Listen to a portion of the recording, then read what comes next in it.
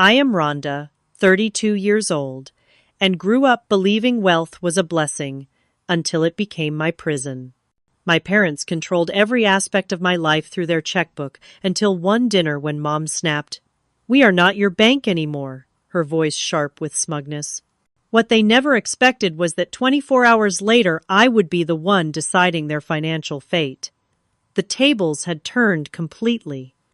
If you are watching this, let me know where you are tuning in from in the comments. Hit the like button and subscribe if you have ever had to stand up to family who tried to control you with money. Growing up in Beacon Hill, one of Boston's most prestigious neighborhoods, my childhood looked perfect from the outside. Our 5-bedroom colonial revival home, with its meticulously maintained garden, was featured twice in Architectural Digest. My father Harold, a finance executive, and my mother Martha, who chaired 3 different charity boards, were fixtures in Boston's social scene. Designer clothes, private schools, summer homes in Nantucket. I had everything money could buy, but very little of what actually mattered. From my earliest memories, money was never just money in our family. It was power control and manipulation wrapped in the guise of parental concern. When I wanted to join the school photography club in 7th grade, my mother smiled that tight smile and said, "Darling, we do not waste time on hobbies that have no future. Your father is paying $20,000 a year for your education." Instead, she enrolled me in debate and French lesson skills that would actually take you somewhere in life. By 16, I had learned that every gift came with strings. My sweet 16 present was a BMW convertible, but it was registered in my father's name. "This way we can take it back if your grades slip," he explained while dangling the keys. I nodded and smiled, already understanding the unspoken contract obedience for luxury. The only person who seemed to see through this dynamic was my grandfather William, my father's father. Grandpa William had built the family fortune from modest beginnings, turning a small manufacturing business into a multi-million-dollar corporation. Unlike my parents, he wore simple clothes, drove an older model car, and spoke to everyone from CEOs to janitors with the same genuine respect. During my monthly visits to his comfortable but understated home in Cambridge, Grandpa William would ask about my dreams, not my grades or social connections. When I shyly admitted I loved photography, particularly capturing wildlife, he did not dismiss it. Instead, he took me to photography exhibitions and bought me my first real camera for Christmas when I was 17. "Your parents believe money is for showing off," he told me once while we sat in his study. "But real wealth is having the freedom to choose your own path." Then he showed me his investment portfolio, explaining patiently how compound interest worked, how to read a financial statement, and the difference between assets and liabilities. At the time, I thought he was just being educational, not realizing he was preparing me for something much more significant. When college applications came around, there was never a question of where I would apply. My father was Harvard, my mother was Wellesley, and I would be attending Dartmouth to study business and economics, continuing the family tradition of prestigious education.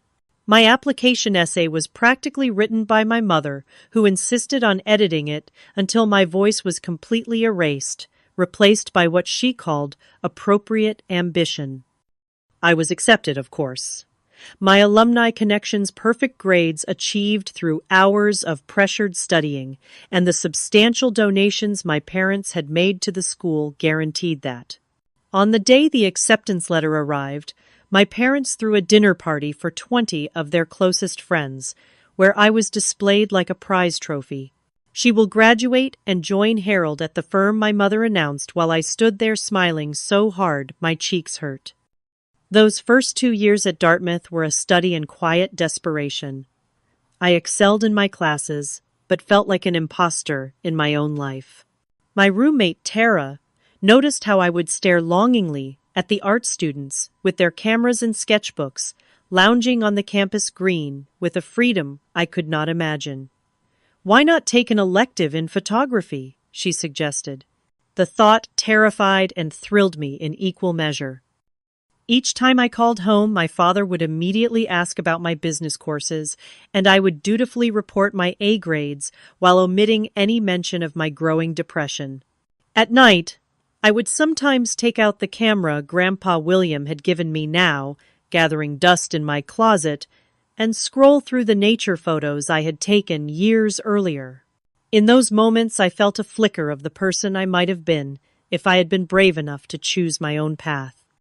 By the end of sophomore year, I was prescribed antidepressants by the campus health center. The psychiatrist gently suggested that perhaps my chosen major was not aligning with my authentic self. I nodded politely and took the prescription, knowing that changing course was not an option. The weight of family expectations and financial dependency was too heavy to challenge. Little did I know that an upcoming summer study abroad program would change everything, setting in motion events that would ultimately force me to choose between financial security and personal freedom, with consequences that would reshape not just my life, but my entire family dynamic. The summer before my junior year, I enrolled in a business internship program that included a 2-week trip to Alaska to study sustainable corporate practices. This was the first time my parents had allowed me to travel so far alone, and only because it was directly related to my business major and would look impressive on my resume. What they did not know, what I hardly admitted to myself, was how desperately I looked forward to being away from their influence, even briefly. Alaska changed everything. Our group visited a wildlife preserve where a guest photographer was documenting endangered species for National Geographic. His name was Michael Turner, and watching him work was like witnessing someone speak a language I had forgotten I knew. The way he patiently waited for hours to capture a bald eagle in flight, his quiet reverence for the animals, the passion in his voice when he explained how photography could drive conservation efforts, it awoke something that had been sleeping inside me for years. During our free day, Michael noticed me hanging back after his presentation and offered to let me accompany him on a shoot. I spent that day trudging through marshy terrain. My expensive shoes ruined my heart soaring. When he looked at the few shots I managed to take with my phone, he became very still. "You have an eye," he said finally. "A rare one. The way you capture emotion in these animals. Have you studied photography?" I shook my head, explaining my parents' expectations and my business track. He listened without judgment, then handed me his card. "Dartmouth has an excellent visual arts program. Not everyone who takes pictures is a photographer, but I think you are. Do not waste that." I returned to Dartmouth with a secret burning in my chest. For 2 weeks, I researched the photography and journalism program, discovered I could transfer credits, and even met with Professor Diane Foster from the Visual Arts Department, who reviewed my limited portfolio with growing excitement. "These are extraordinary, especially for someone with no formal training," she said, lingering over a photo I had taken of an Arctic fox, its eyes containing a wistfulness that seemed almost human. "You capture something most photographers spend years learning to see." With Professor Foster's encouragement, I drafted a new academic plan and prepared to tell my parents. I chose Thanksgiving break, thinking the holiday spirit might soften the blow. I was wrong. The moment I mentioned changing my major, my mother's fork clattered against her plate. My father's face turned a shade of red I had never seen before. What followed was 2 hours of escalating anger, disappointment, and finally threats. "We are paying $50,000 a year for you to become a business professional, not to chase squirrels with a camera," my father said, his voice dangerously quiet. "Photography is a hobby for bored housewives, not a career for our daughter," my mother added, her tone making it clear which was worse in her estimation. When I tried to explain the program's journalism component and potential career paths, my father slammed his hand on the table. Enough! If you pursue this ridiculous idea, we will cut you off completely. No tuition, no apartment, no car, no allowance. See how well your camera feeds you then. The ultimatum hung in the air between us. I looked at their faces, hardened with certainty that I would back down as I always had. And I did. By the end of the evening, I had apologized for temporary insanity and promised to remain focused on my business degree. I returned to school, defeated but not entirely broken. With Professor Foster's continued support, I secretly enrolled in 2 photography classes, paying with money I earned working part-time at the campus bookstore. I told my parents I had joined a business case competition that required extra hours. Those classes became my sanctuary. For 6 hours each week, I was truly myself, learning about composition, light, and the technical aspects of photography that had always been mysterious to me. My projects consistently received top marks, with Professor Foster pushing me to develop my unique style that captured the hidden emotional lives of animals and natural spaces. By the end of junior year, I had sold my first photograph to a local nature magazine. The check was small, just $150, but I framed it anyway, hiding it in my closet where my parents would never look. During my weekly calls with Grandpa William, I cautiously shared my secret studies. Instead of disapproval, I found enthusiastic support. "Your grandmother was an artist too, you know," he told me. "She gave it up to be the proper wife my generation expected. It was her greatest regret." He began sending me small amounts of money ostensibly for books and supplies, but with a wink that told me he knew exactly what supplies I was purchasing. As senior year approached, I lived a double life. The obedient business student, my parents funded and expected, and the passionate photographer I was becoming in stolen hours. The strain was enormous. I lost weight, had trouble sleeping, and felt constantly anxious about discovery. Yet in those moments, when I was behind the camera, I experienced a clarity and purpose that made the deception worthwhile. What I did not realize was that time was running out in ways I could not have anticipated, and soon I would be forced to make choices that would determine not just my career, but the fundamental power dynamics that had defined my family for stolid decades. Graduation day arrived with all the pomp and ceremony my parents cherished. They flew in on the family's private jet, bringing along several of their friends to witness what my mother called the culmination of our parenting success. I stood on stage accepting my business degree with honors, dressed in the conservative Burberry dress my mother had selected, feeling like an actress in someone else's play. Professor Foster sat among the faculty, giving me a small, sad smile that conveyed both congratulations and regret for what might have been. The celebration dinner that evening was at Boston's most exclusive restaurant, where my father ordered $2,000 bottles of champagne and toasted to my bright future in finance. Job offers had already come in from several prestigious firms, all facilitated by my father's connections. I had accepted a position at Wellington Management, which had pleased my parents enormously. No one mentioned my photography or asked what I actually wanted. That part of me remained invisible to everyone except Grandpa William, who had been too ill to attend the graduation. The next morning, while my parents were having brunch with friends, I slipped away to visit Grandpa William at his home. His health had been declining for months, a fact my father acknowledged, with business-like detachment, more concerned with estate planning than his father's comfort. When I arrived, I was shocked by how much he had deteriorated since I had last seen him. The robust man who had taught me to fish and invest was now frail, his skin almost translucent against the white hospital bed that had been installed in his study.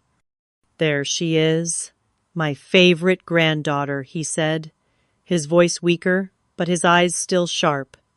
I am your only granddaughter, I replied, our usual greeting.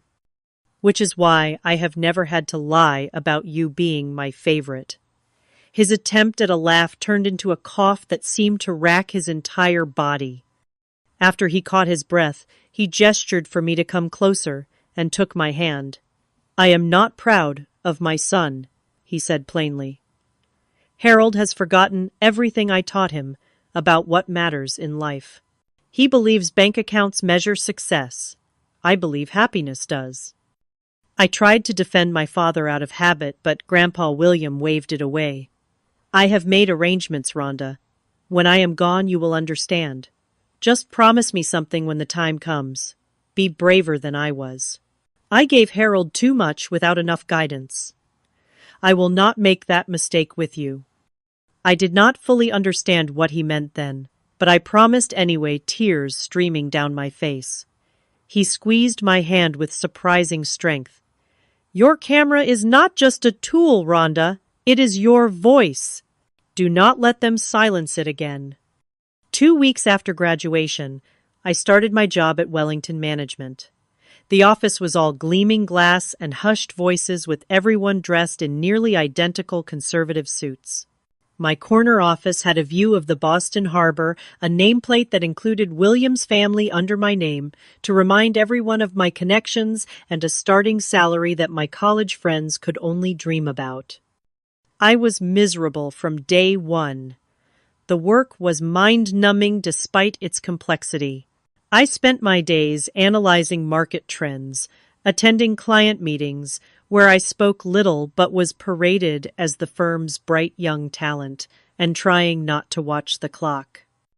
Evenings and weekends, which my colleagues spent networking or preparing for the next week, I spent taking photographs in the Arnold Arboretum or along the Charles River, capturing moments of natural beauty that felt increasingly distant from my daily existence. My parents, meanwhile, had taken my professional employment as permission to increase their control over other aspects of my life.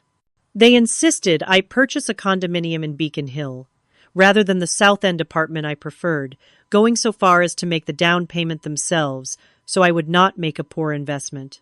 They vetted the men I dated, inviting potential candidates to dinner and openly assessing their family connections and career prospects.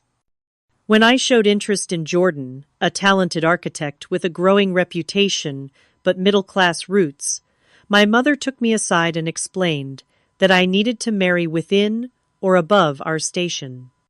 The unspoken arrangement was clear. In exchange for financial advantages and social privilege, I surrendered my autonomy. Any resistance was met with subtle reminders of all they had provided and continued to provide. The down payment on my condo, the connections that secured my job, the invitations to social events where important people would be present. Each gift was a chain beautifully wrapped, but binding nonetheless. 6 months into this carefully mapped life, I met Jackson at a charity gala my mother had insisted I attend. Unlike the other men there, who spoke endlessly about their hedge funds or law practices, Jackson talked about his travels as a journalist covering environmental issues around the world. His passion reminded me of Michael Turner from Alaska, but with an intensity that was entirely his own. When he asked what I did beyond managing other people's money, I surprised myself by telling him about my photography. Even more surprisingly, he asked to see my work. We slipped away from the gala to a nearby coffee shop where I nervously showed him my portfolio on my laptop.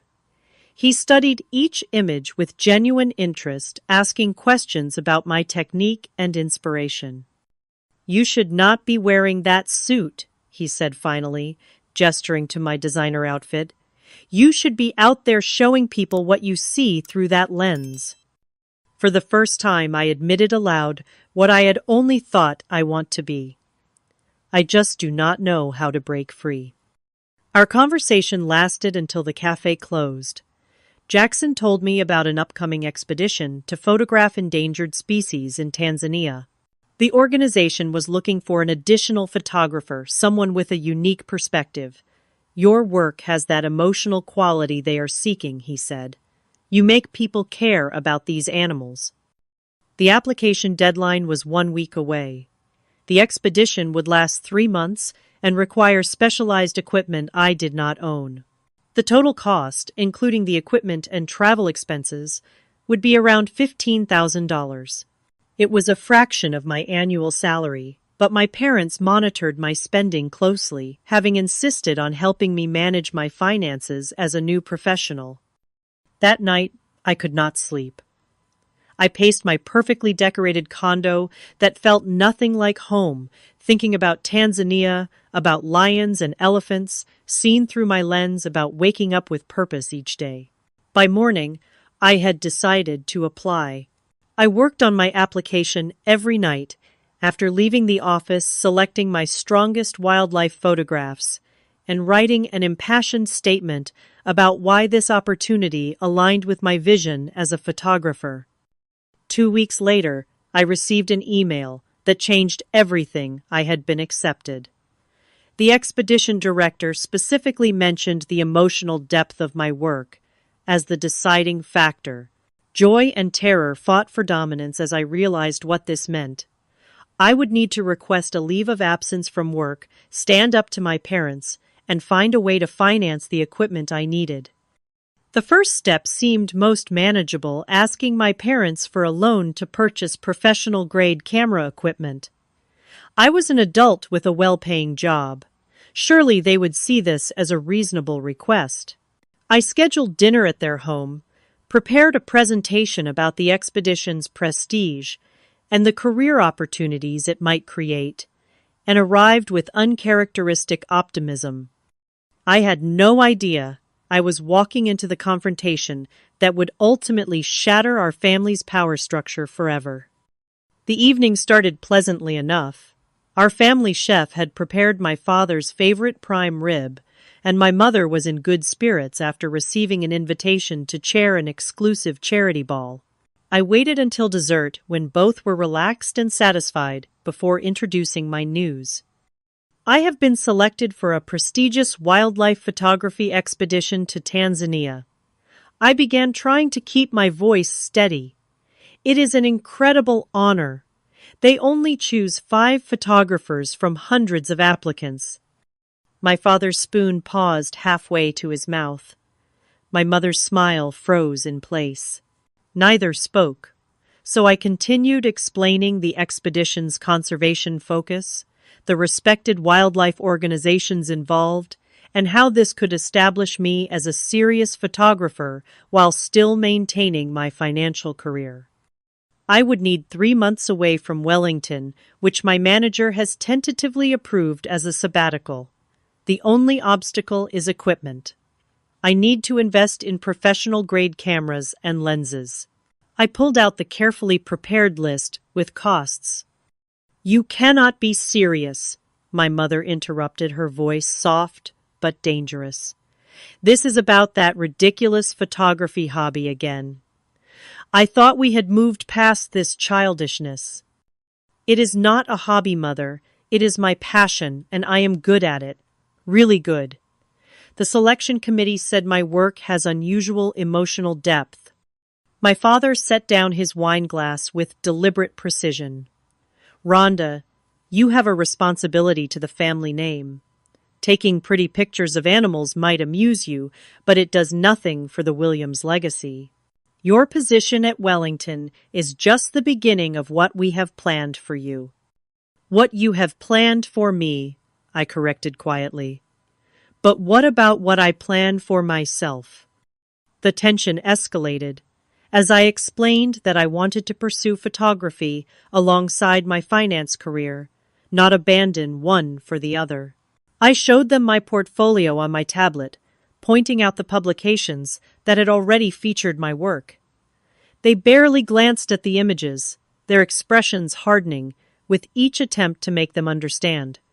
Finally, I arrived at the request I had come to make. I need $15,000 for equipment.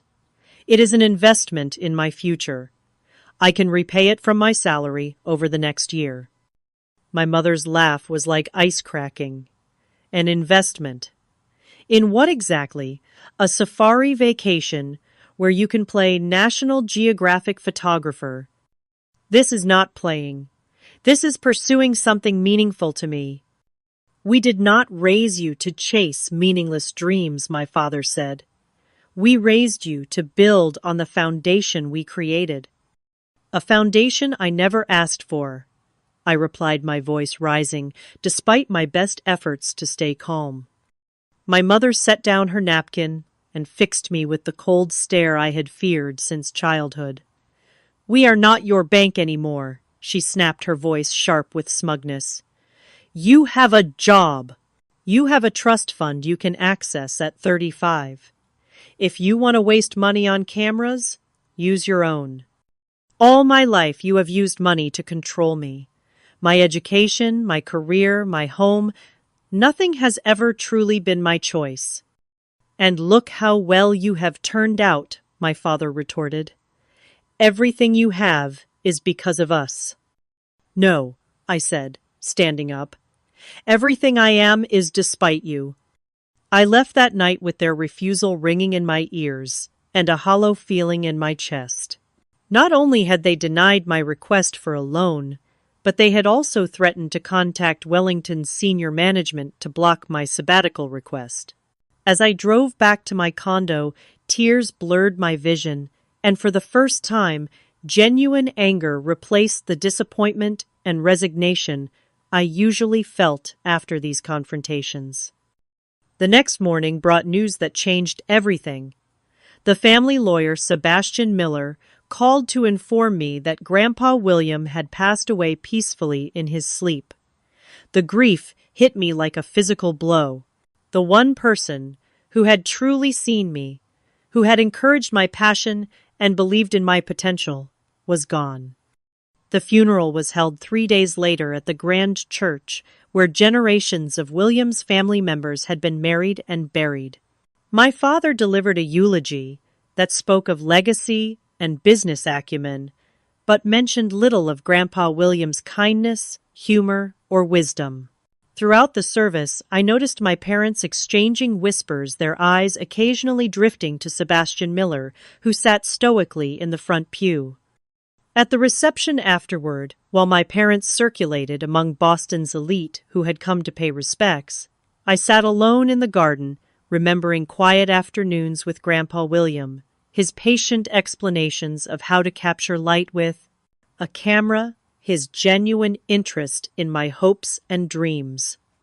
Sebastian approached me there, his usual formal demeanor softened by genuine sympathy. Your grandfather spoke of you often, Miss Williams, with great pride. I wiped away tears. He was the only one who really knew me. Sebastian nodded thoughtfully. Perhaps more than you realize. He asked me to give you this after the funeral. He handed me an envelope with my name written in Grandpa William's distinctive handwriting. Also, there is a meeting tomorrow at 10 a.m. at my office regarding the estate. Your presence is required. I expected the note to contain personal sentiments, a final goodbye. Instead, it held just one line. Remember your promise to be brave. The next morning, I arrived at Sebastian's office to find my parents already seated in the conference room, faces tense with anticipation. My father had been his father's only child and presumed heir. The family company had been sold years ago, but Grandpa William's personal fortune was substantial, conservatively estimated at around $50 million. Sebastian entered precisely at 10, carrying a leather portfolio. After expressing condolences, he got straight to business. I will now read the last will and testament of William Charles Williams. What followed was nothing short of revolutionary. Grandpa William had left 10% of his estate to various conservation charities. Another 10% was divided among loyal staff members. The remaining 80%, along with all properties and personal possessions, was placed in a family trust with very specific instructions. To my granddaughter, Rhonda Elizabeth Williams, I leave the position of sole trustee with full discretionary control over all assets and distributions. My father's face drained of color. My mother's mouth fell open in undisguised shock. Sebastian continued reading the terms, which included monthly allowances for my parents that could be adjusted at my discretion, as trustee provided they met certain behavioral conditions outlined in detailed appendices. "This is outrageous," my father finally spluttered. "I am his son, his only child." And yet Sebastian replied calmly, "Mr. Williams was of sound mind and body when he revised his will last year. His wishes are legally binding." As the meeting continued, Sebastian explained the intricacies of the trust. I would work closely with the trust manager, Anthony Pearson, who would handle day-to-day operations, but all major decisions required my approval. This included any expenditure requested by my parents beyond their base allowance. My parents left Sebastian's office without speaking to me, their fury palpable in the stiff set of their shoulders. I remained behind trying to process this seismic shift in our family dynamic. Sebastian offered me tea and a moment to collect my thoughts. "Your grandfather was concerned about your parents' values and their influence on you," he explained gently. "He saw in you a kindness and integrity that he feared they might extinguish given enough time. But why give me this power? I do not know the first thing about managing this much money. That is what Anthony and I are here for. But the moral decisions, the values that guide the use of this wealth, those he trusted to you alone." I left Sebastian's office with a strange mix of grief, power, and trepidation. On the drive home, my phone buzzed with a text message from Anthony Pearson. "Your parents have requested their first monthly allowance early. Amount $20,000. Reason given emotional distress. Approve." In that moment, sitting at a red light, the weight of my new responsibility settled on my shoulders. I thought of the dinner 2 nights ago, my mother's smug dismissal, my father's controlling dictates. I thought of years of emotional manipulation disguised as parental concern. I thought of Grandpa William's final note, "Remember your promise to be brave." I typed one word, "denied." The response was immediate and explosive. Within 20 minutes of sending that text, my phone began ringing incessantly. First my father, then my mother, then their family attorney. I let each call go to voicemail, needing time to prepare for the confrontation I knew was coming. This was uncharted territory for me, standing my ground against the 2 people who had controlled every aspect of my life since birth. When the doorbell rang an hour later, I took a deep breath before answering. Both parents stood in the hallway, their faces contorted with a rage I had never seen directed at me before. "How dare you?" my father hissed as they pushed past me into the living room. "How dare you deny our request?" "We raised you," my mother added, her voice trembling with indignation. "We gave you everything, and this is how you repay us." I motioned for them to sit, but they remained standing, too agitated to observe normal social protocols. For the first time in my life, I saw fear beneath their anger. They were suddenly dependent on me, and the role reversal had shaken them to their core. $20,000 is excessive, I said, keeping my voice level, especially given our conversation the other night when you made it clear you are not my bank. It seems the situation has reversed. "This is different," my father argued. "That was your frivolous photography nonsense. This is about our lifestyle, our standing in the community." "A lifestyle beyond your means, apparently," I replied. Sebastian showed me the financial records. You have been spending more than Dad earns for years. The vacation home in Aspen, the yacht, the private jet memberships, all financed by regular loans from Grandpa William that you never repaid. Their expressions confirmed what Sebastian had revealed during our meeting. My parents had been living a lifestyle that projected immense wealth while secretly relying on Grandpa William's generosity to maintain it. With his death, they had assumed his fortune would directly pass to my father, resolving their financial overextension. Instead, they found themselves dependent on the daughter they had dismissed. "We had an understanding with my father said stiffly. "He knew those loans were essentially advances on my inheritance." "That is not what his records indicate," I replied, "and clearly not what he intended with his will."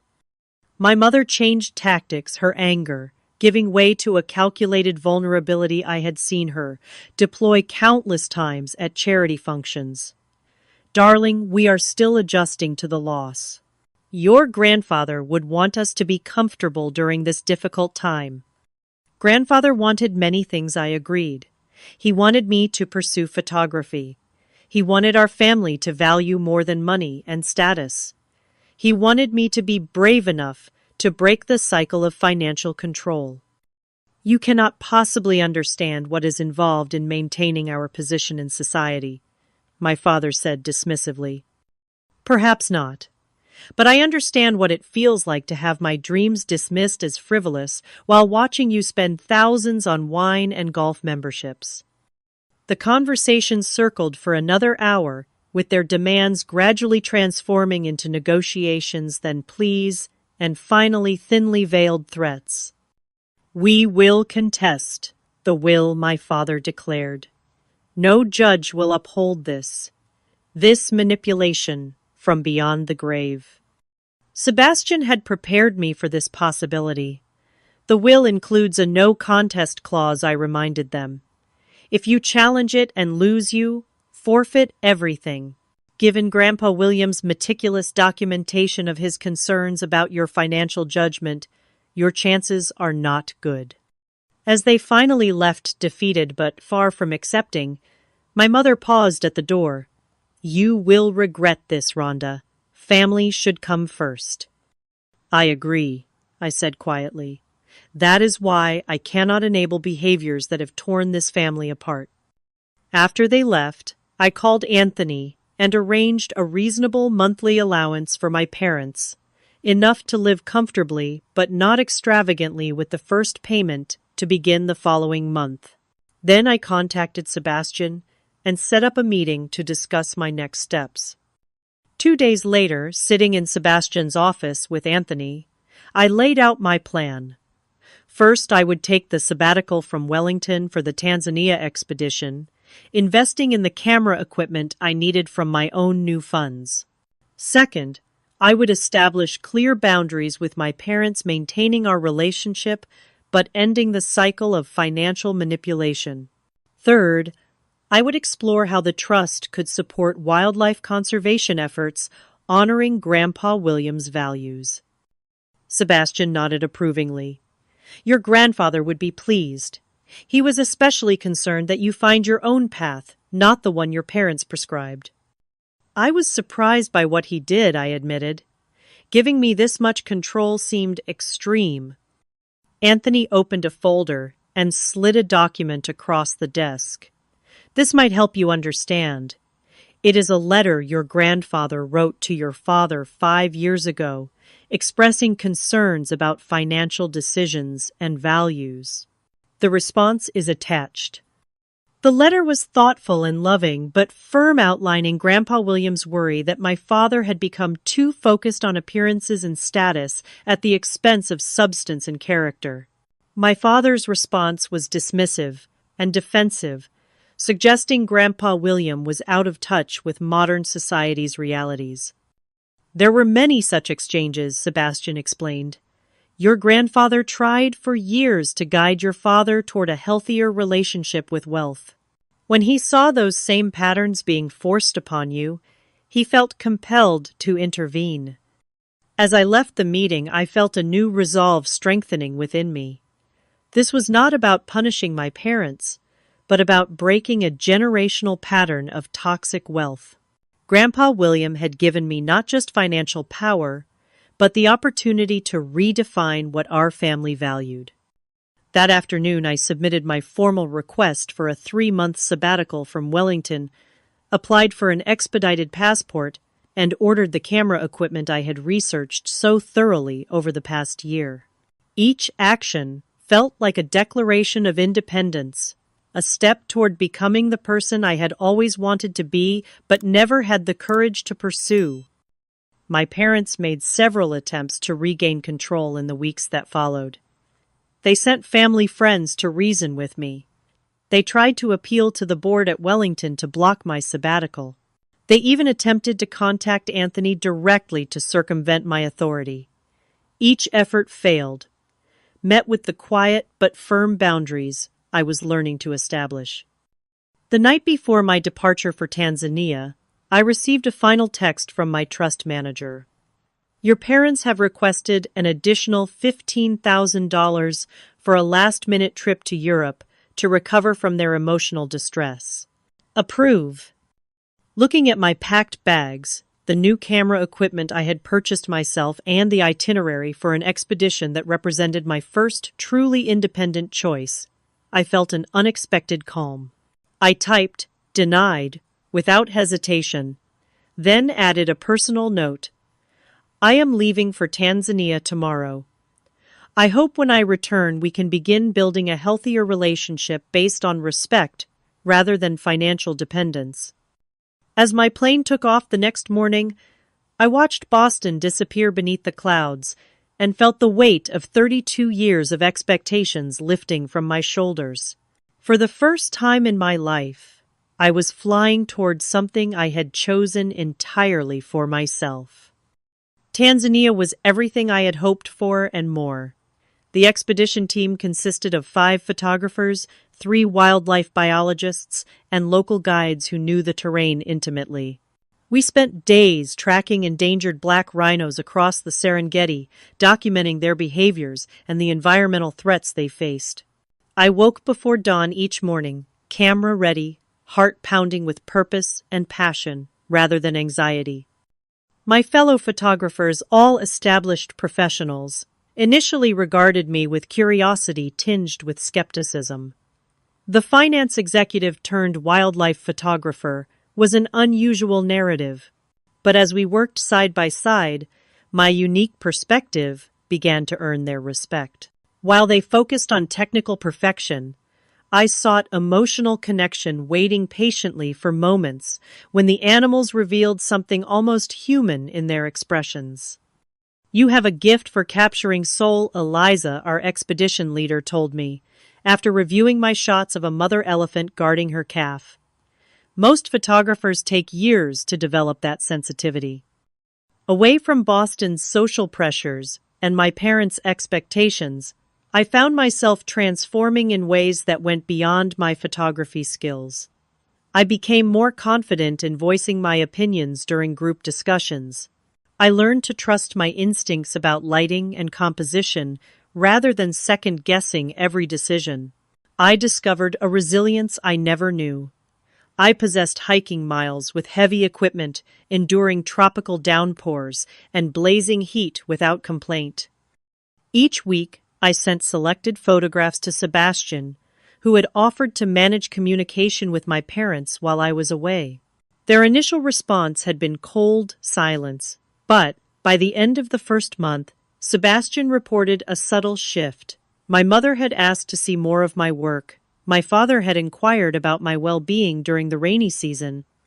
Midway through the expedition, Jackson joined us for 2 weeks, covering the conservation efforts for an environmental magazine.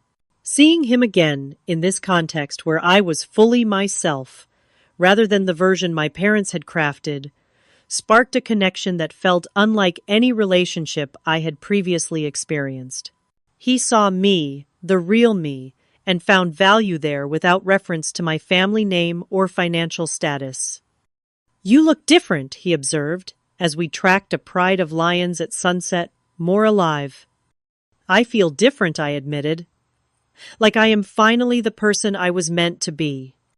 On my last night in Tanzania, our team celebrated the successful completion of the expedition with a dinner under the stars. Eliza announced that National Geographic had expressed interest in featuring a series of my photographs in their next issue, focusing on the emotional lives of endangered species. The team toasted my success, and for once I accepted their praise without deflection or discomfort.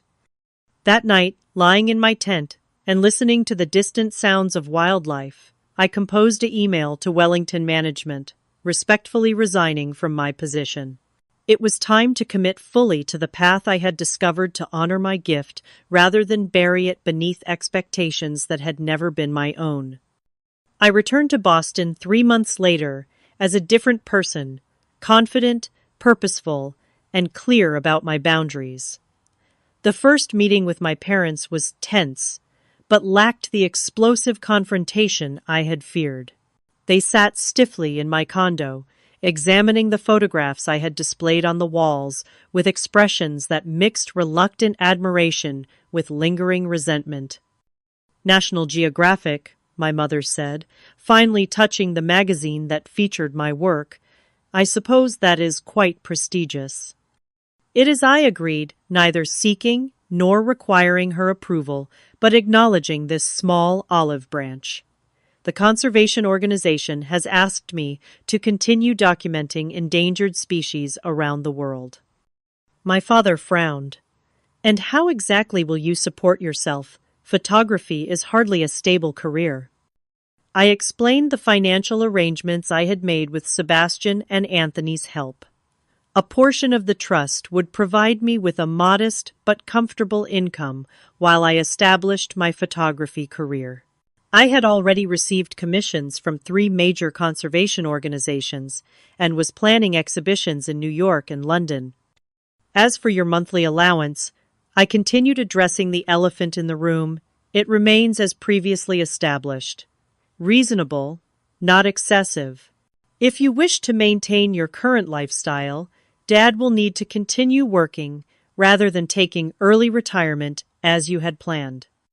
They bristled at this reality check, but did not argue. The power dynamic had fundamentally shifted, and we all knew it. Before they left, I handed them an invitation to my first gallery opening in Boston the following month. I would like you to be there, I said sincerely, not as financial backers or to make connections, but simply as my parents, to see what I have created. The weeks that followed were filled with purpose as I established my new life. I rented a studio space in an artistic neighborhood, far from Beacon Hill's manicured perfection. I hired an assistant to help manage the growing interest in my work. I began dating Jackson in earnest, our relationship developing without my parents' interference or judgment. My first gallery opening exceeded all expectations. The space was filled with conservation advocates, art collectors, and media representatives. My parents arrived exactly on time, dressed impeccably, but clearly uncomfortable in this unfamiliar world. They stood before my photographs, particularly a striking image of an aging male lion, gazing directly into the camera with profound dignity, and I saw something shift in their expressions. I never understood, my mother said quietly as she studied the image. Why this matters so much to you? Because it is truth, I replied. Not the surface we present to the world, but what lies beneath. That is what I try to capture. By the end of the evening, 3/4 of my photographs had sold with a percentage of proceeds dedicated to wildlife conservation. My father watched as collectors eagerly discussed my technique and vision, and for the first time I glimpsed uncertainty in his eyes, the dawning realization that his definition of success might be more limited than he had believed. As months passed, our family dynamic continued to evolve.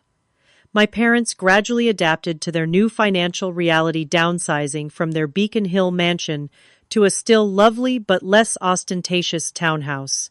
My father, rather than retiring, found renewed purpose in mentoring young financial professionals, discovering a talent for teaching he had never explored.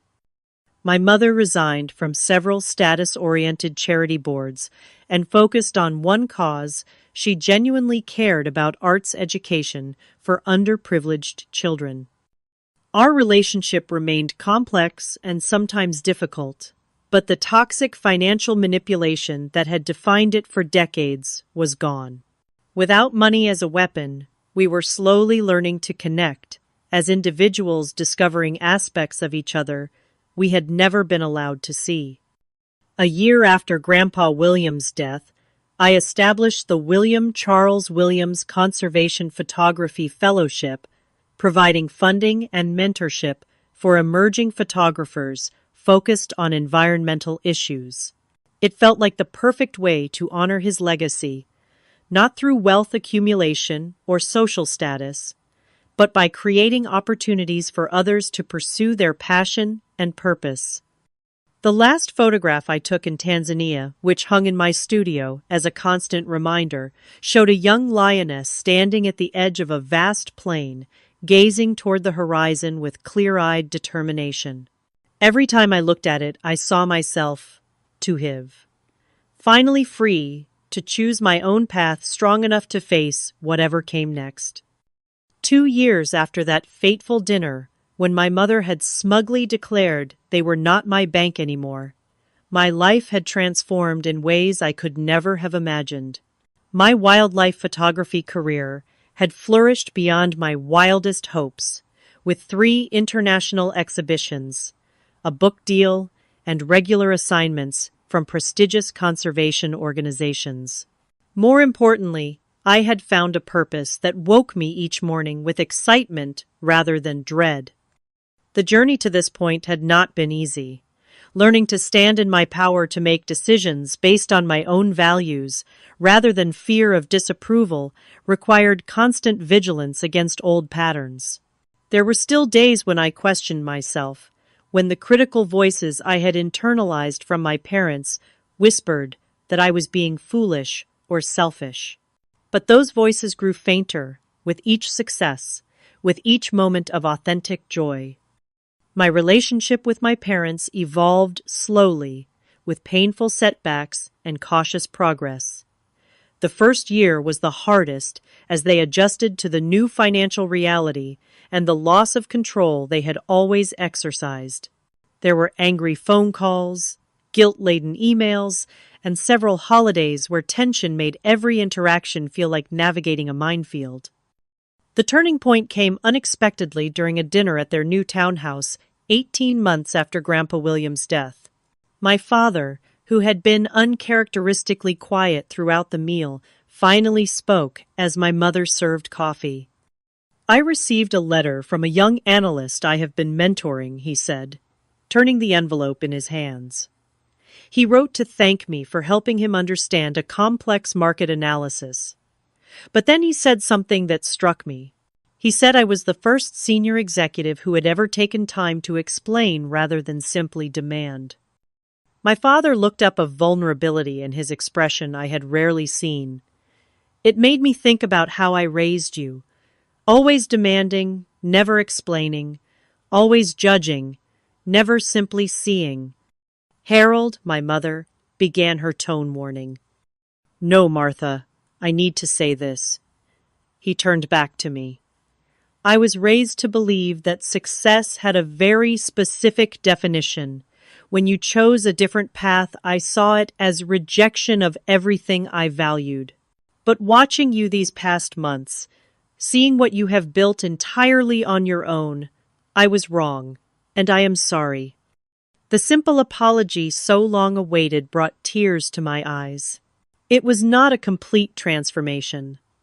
My father still occasionally made cutting remarks about the financial stability of artistic careers, and my mother still winced when friends asked about my unusual profession.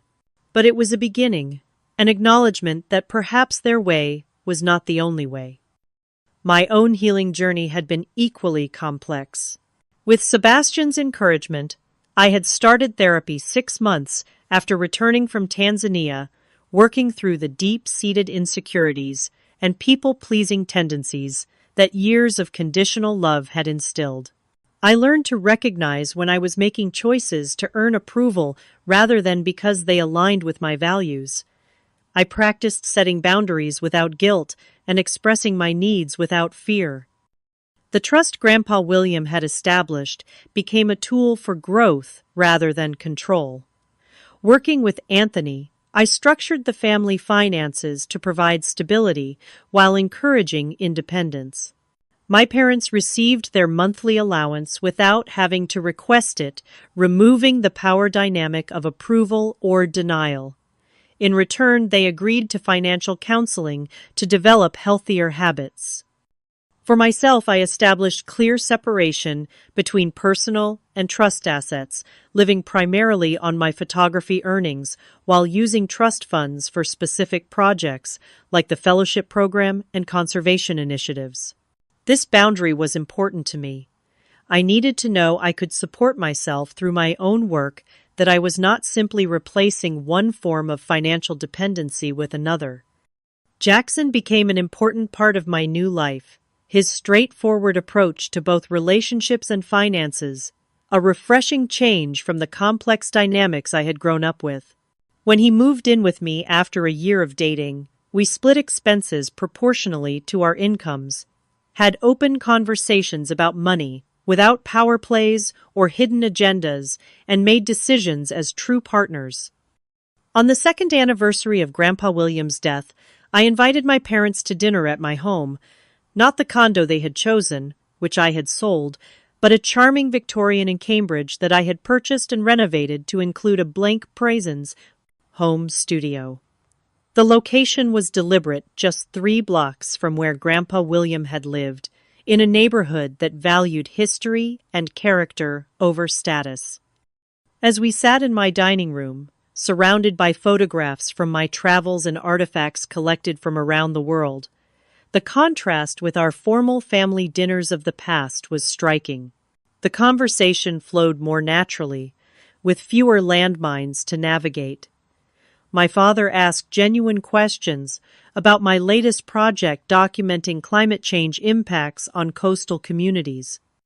My mother admired a series of portraits I had taken of indigenous conservation leaders, noting the dignity I had captured in their expressions.